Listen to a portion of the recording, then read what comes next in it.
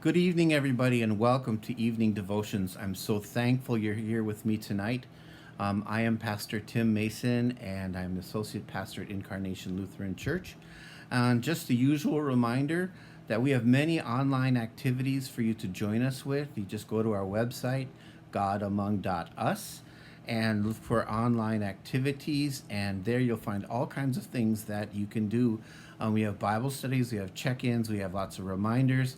Also, and for certainly, we want to see you on Sunday at 10 o'clock, and then with the following after worship, we have this wonderful coffee hour, and it's a lot of fun. But you need to bring your own coffee, and that's really kind of a heretical thing here in the Lutheran Church. But we will survive. So for tonight's devotional, I want to start out with Isaiah chapter 55, verse 1. Now, for some of you who listen to some of the early Christian music, you might have remember a guy named Don Francisco, and he took this and put it to a great song, and it's actually written to be sung. So it goes like this, and I think you'll recognize it. Come, all you who are thirsty, come to the waters. And you who have no money, come, buy and eat. Come, buy wine and milk, without money and without cost. Now, I got to tell you about something that happened today that was absolutely amazing. I intentionally called somebody that I know that no longer live in San Diego area, but has moved far away. But I've heard about this person, and I just wanted to check in and see how she was doing. And I really wasn't sure if she knew who I was doing. So when I picked up the phone, or when I called, she picked up the phone, and I introduced myself. And as soon as I said, Pastor Tim, she just lit up and welcomed me like we were old friends. And it was just like, I'm going, do I remember this person? I think so. But she was so kind and gracious and welcoming on the phone. I was really, really excited. So we started talking, and she told me about she now lives in an assisted living place. And then she said, I asked her, how are you doing there? She says, I'm bored. Okay. And she, like so many of our seniors, because of the virus, she can't leave her room, and they can't go to the dining room. And she was especially bored because they cut off all the activities. And she said, the only time I get to meet somebody is when they bring a meal to my room, and normally it's cold. Oh, okay. And I said, can you access any of our online activities? And as soon as I said that, she just lit up, and she said, oh, I participate with you every Sunday at 10 o'clock. And I love the word that she said, participate. And that's what she said. She said that was the highlight of my week. I wait for worship. That's the highlight. She can't see very well, so it's a little bit harder for her to get to devotions and some of those things. But the music, Becky Scott and our singers, you're wonderful, because she loves the music. She loves all the music that's done. And John, she loves your stuff as well. And the message, but the point is she feels so connected with the church through online worship. And that made me feel so pleased that she was able to do that. And then also she said, I regularly get a call by one of our vicars. And that too was an incredible blessing, where she's saying, I feel so connected with the church. And then she asked me, she said, how are you and the staff doing? And she asked about a few individuals. And I said, well, to be honest, since the pandemic started, I'm more busy than before. I'm actually way more busy than before the virus came on. And she kind of went, yeah, I can understand that. And then she goes, I remember my tithe. I make sure I tithe. And if I miss 1 month, I pay double the next. I said, well, thank you very much, because I know the money's going to good use. And I thought that was really, really good.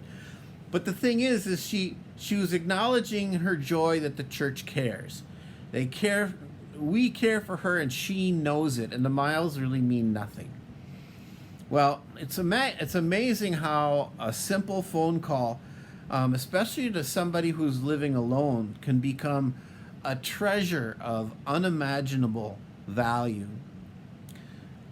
But remember, this isn't doing anything extraordinary. This is just us being church. This is us doing church. This is what we're supposed to do. We're supposed to care for each other. We're supposed to care for our neighbor no matter what.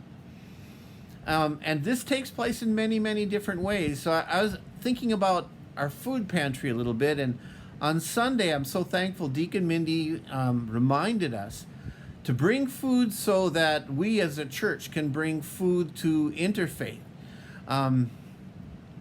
They really need food right now because the demand is very high. Now, I live fairly close to Interfaith, and when I'm going on an errand, I'm actually oftentimes going by there, and sometimes I'll even pull in, but I've begun to notice, well, not begun, it's been a while, traffic has definitely increased, and I've noticed even in my neighborhood, just across the street, the number of people who are homeless or the people that I've never seen before, that also has increased. And then right in this area where my neighbors are, I will be honest, people are afraid and they are scrambling. That's the best way I can think of it. Many of the households in my neighborhood, they used to have 2 adults working hard to buy food, clothing, and trying to pay for transportation. Thank goodness for the bus service. Medical bills are a terror for my neighbors. And imagine this, if you lost your health insurance just suddenly, your kid goes out, falls, breaks a wrist, happens all the time. I broke my thumb 4 times. Now, can you imagine right now with the cost of things like that, going to an ER, seeing a doctor, getting an x-ray, having the bone put back into place and getting a cast? That's going to cost thousands of dollars. And when you're living paycheck to paycheck, that means you're not able to put food or put money away for savings. That's the reality of my neighbors. And then just trying to make your rent payment or your mortgage payment, it's very difficult right now. They're living in a situation, well, we are living in a situation that they really couldn't prepare for or ever dreamed would happen, including me. Now, and even if Now, Mom and Dad, that means sometimes they must go to the pantry to get food, just to feed kids. When Deacon Mindy reminded me to bring food to church, and I had already food in my car, my mind started to wander a little bit, and I thought about, okay, those cans that I bought, pretend I'm a can. What's it going to look like at the end of my journey? Who's going to pick me out of the bin? And I was very clear in my mind, and I want to tell you, be sure to bring food that has protein in it. Chili with beef, Dinny Moore beef stew, peanut butter. These are all excellent choices. But we put those into our box, then it gets moved into one of our members' trucks or SUVs, and it begins an amazing adventure.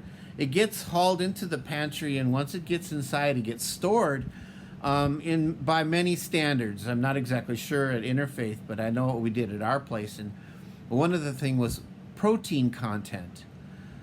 If you did donate chili with beef, Dinny Moore beef stew, or even peanut butter, you donated something that is essentially more valuable than gold to a parent who has hungry children with growing bodies. The moment that parent picks up that can, no charge at all, there's a great feeling of relief. And you need to know that when you put that can, that can in there, imagine the person that's going to be picking it up. And they're there not because they want to, but they're there because they have to.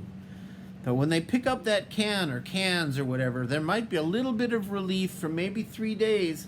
They know their kids will be fed, and hopefully that'll give the parents maybe some time to keep looking for a job, whatever they can find. But I want you to know that when we provide food that goes down to Interfaith or to Taco, we are being that voice in those verses from Isaiah. Now, the word buy in there, there's more to it in Hebrew. Imagine this. Okay, the Bible writers use the word by, but it has more of a nuance like this. Imagine trying to cram the meanings of these words and phrases into that word.